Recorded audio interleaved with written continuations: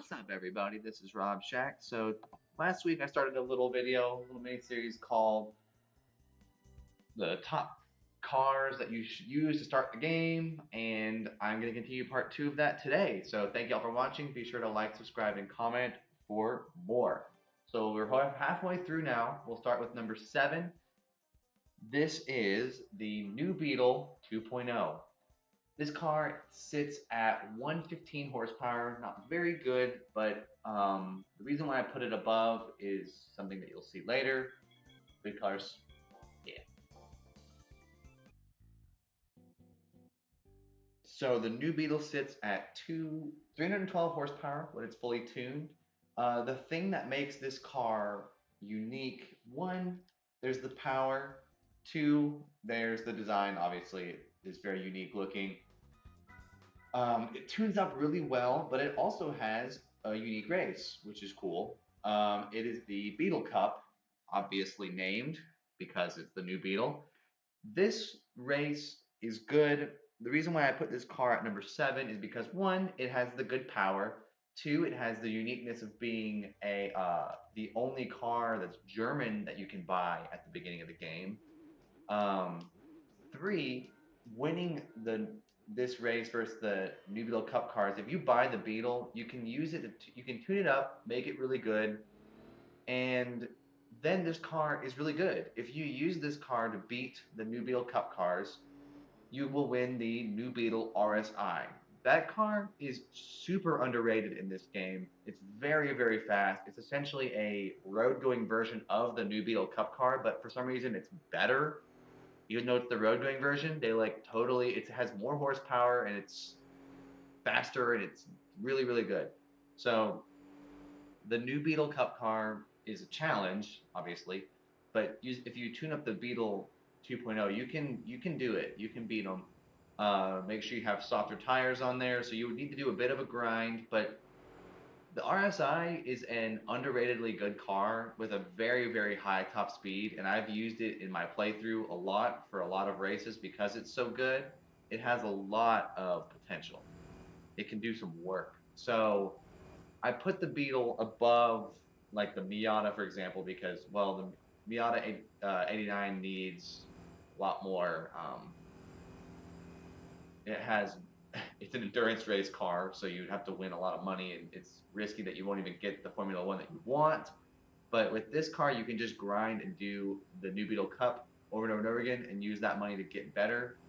Um, but the new Beetle is a very good car. It's surprisingly quick off the line. I don't know why. It feels like it shouldn't be. It seems really inefficient if you look at its design, but it holds its own really well. It's fast. Like I'm like, I mean, I'm letting them draft off me, but I'm faster than these cup cars right now.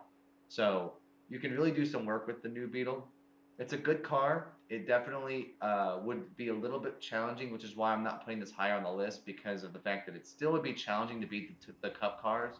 But you can do it. They're not that fast at a top speed. They can hold their own for a bit, but then obviously, like I'm starting to pull away now. They're all darting around. I don't know what they're doing, but this car is good because of that. You can use the RSI to win a lot of races because it's so tunable. So you'll be able to keep that going for a while. And so that's part of the reason why I label this as number 7 is because of what you can get with the Cup car. It itself is a little bit better than some of the cars below and above. It's worse than I think it's worse than the Miata, but I think it still should be higher because the RSI is a little bit easier to get, but it's worse, I think, than the later Miata. So you'll see in a second when I get to those cars. But I think this one is a good middle of the pack car to buy. It's unique in that it's German and that you can use it to win the New Beetle RSI in its unique race. And the unique race is not an endurance race. But it is not as good as the later cars on this list. But I had to put it above certain cars that are a little bit faster because of the fact that the RSI is a really good middle, a little bit is a little bit better than this one, and this car is already like right in the middle of the pack. So it's a technical car. I like it for the skill that it makes you use, but it's definitely worth a look. Now we have the this is number 6 on my lineup here. About to crack into the top 5, but this is the Sprinter Torino GT Apex from '86. Pretty iconic car. It's got the red color scheme as well as the white. Only the SS one has the only white with the black hood. So this one is just the classic one. Um, it's a good car, and I'll go into detail in a second for why it's number 6.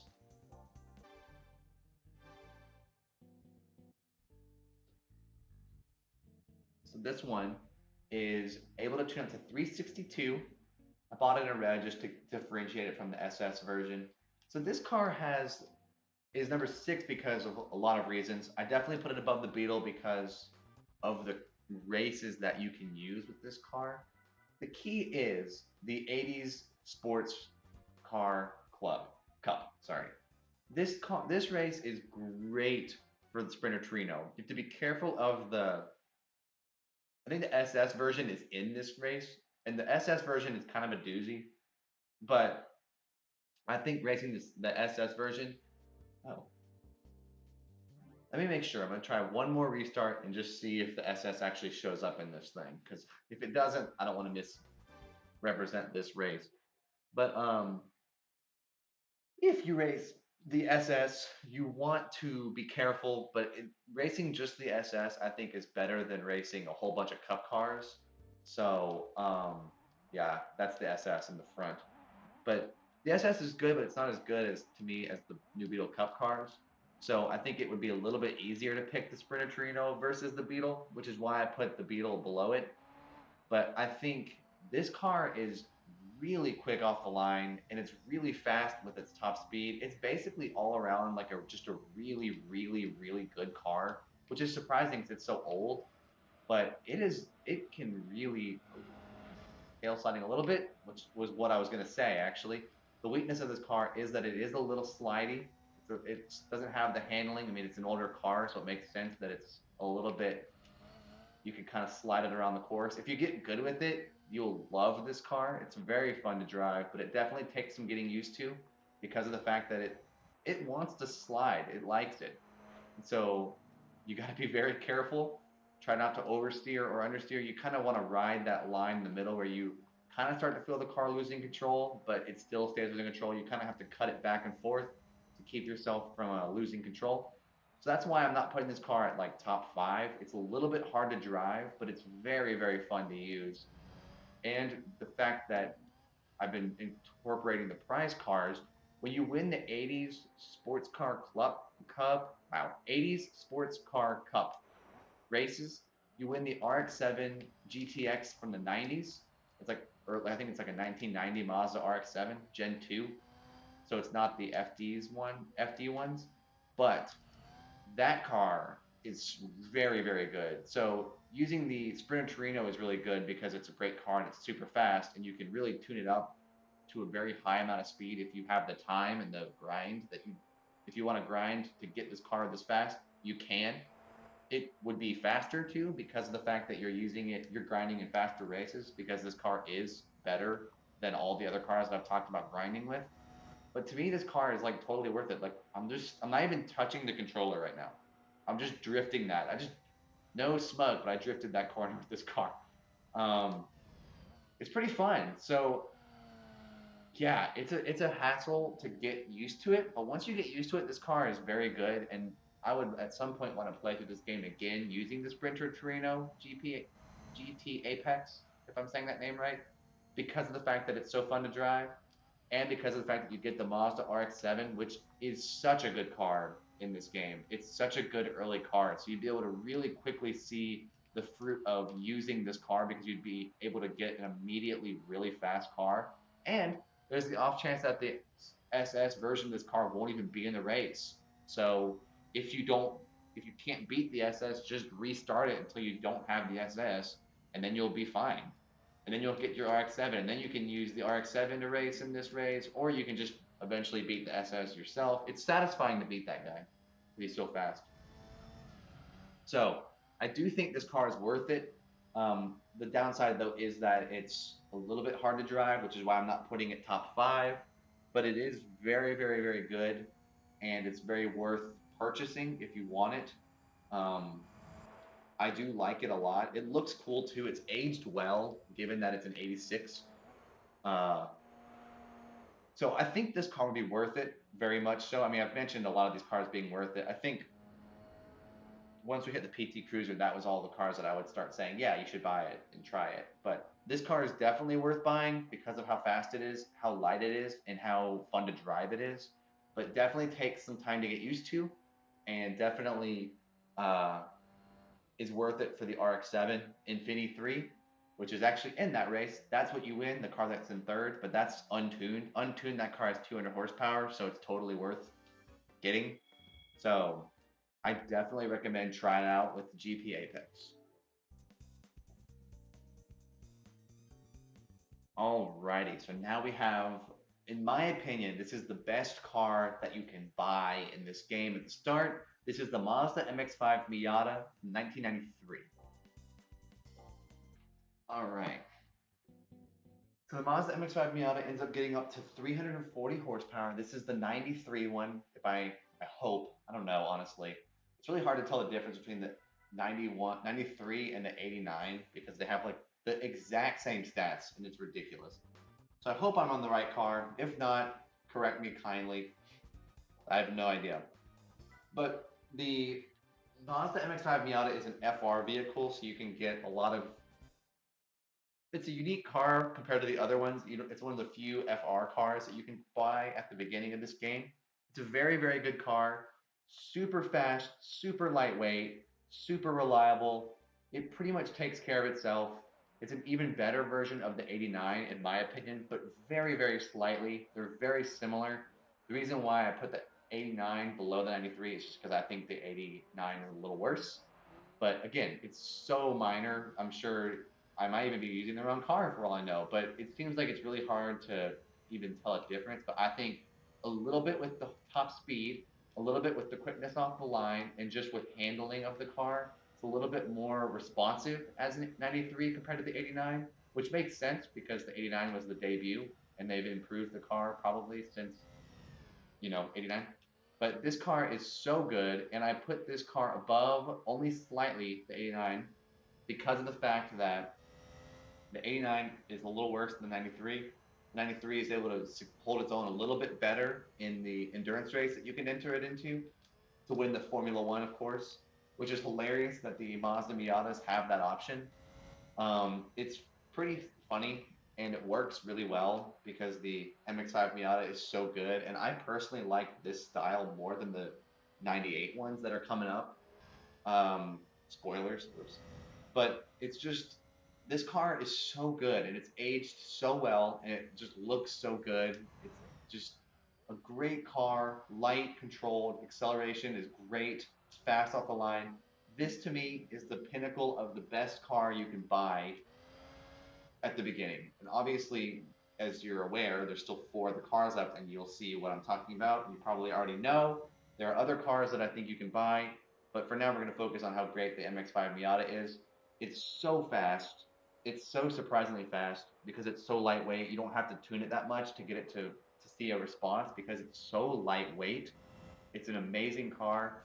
Um, I just forgot to brake there. Sorry about that. But it's just it's handles to me a little bit better than the Sprinter Trueno, which is why I put it above the Sprinter. But also, it's has the ability to get the good prize car. But I think when you focus on just how good and how smooth it is to drive this car, it's just there's no comparison. With the cars that you can buy in the first 18,000 credits, you're gonna want the Mazda MX-5 Miata from '93. Just in my opinion, again, I want to know in the comments what you think is the best car to start with. So please let me know. I want to know what y'all think, but it's fun to have a new starter guide and it's fun to see what people think because everyone has their reasons and I like to hear them all. So let me know. And I'll get to number four in a second.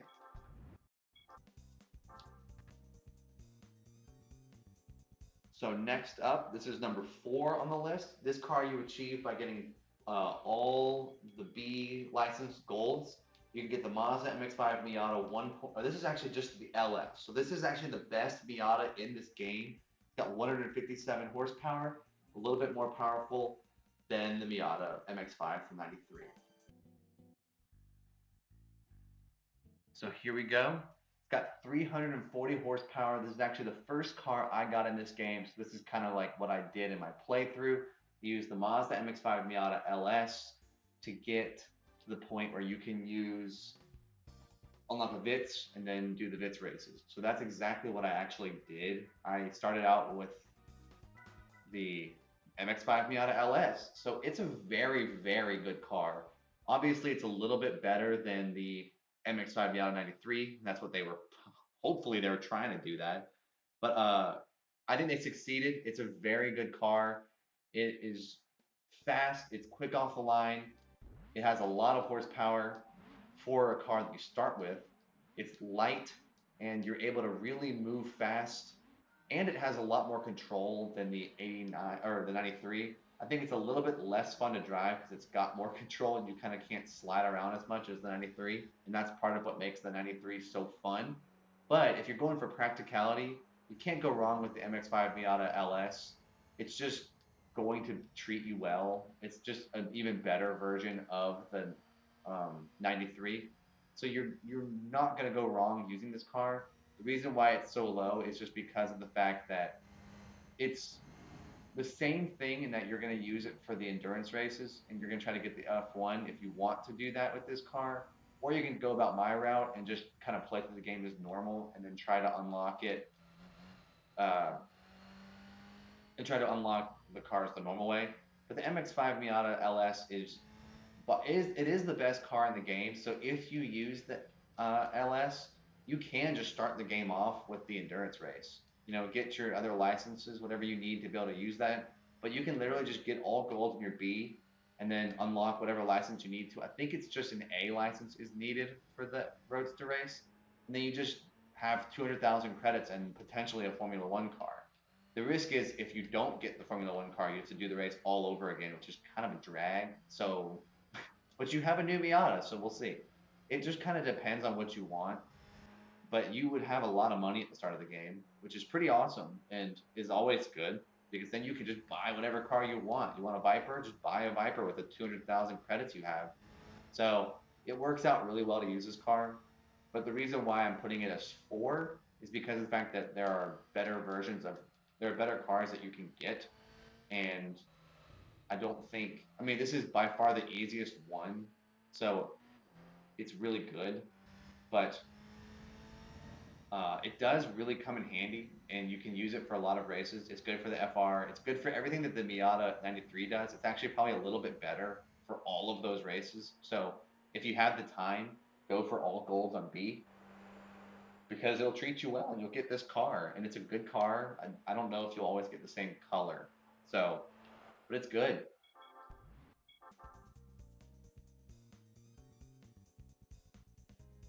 The number 3 car on the lineup to me is the Nissan Z Concept. So this car you actually can't buy in the game, but you can get it multiple ways. I got it through some race. I don't remember which race it was. But also you can get it by winning all the license golds on the International B license. So it's a good car, very, very fast if you tune it up all the way with 601 there, but it's got 275 off the bat. It's a very, very good car in that you can really destroy some people at the start of the game. If you take the time to use this car, if you take the time to like actually get it and tune it up, even if you don't tune it up, it's so good right off the bat. It's just so hard to get golds on the International B and International A licenses. They're very, very challenging to get golds on. To me, it stops with the A, but if you can take the time and you get that International B license, all golds, you can destroy your competition at the beginning of the game. The Z is such a good car. It's very unique. It literally is the 350Z or 270Z, whatever that is. They've mentioned it before. It's a car that's been in the game since GT4. I'm not doing it justice by putting it in this race, but I just kind of wanted to show that it's fast. It's a very, very good car off the line. It kind of slows down a little bit when it switches to its 6th gear, but that's obviously something you can change. But it's a very good car. Super good for the beginning of the game. You won't need to tune it at all, and it looks great. And it's always that gold color, which I think is unique to this game. So definitely worth it if you have the time. I didn't have the time, and I was just not patient enough to get this car and the International B licenses because I was just like, I don't have time. It's so hard to do it for me. So yeah, that's why I did it this way. Uh, it holds its own decently well, and it can go fast. So definitely give it a run if you want to try it out.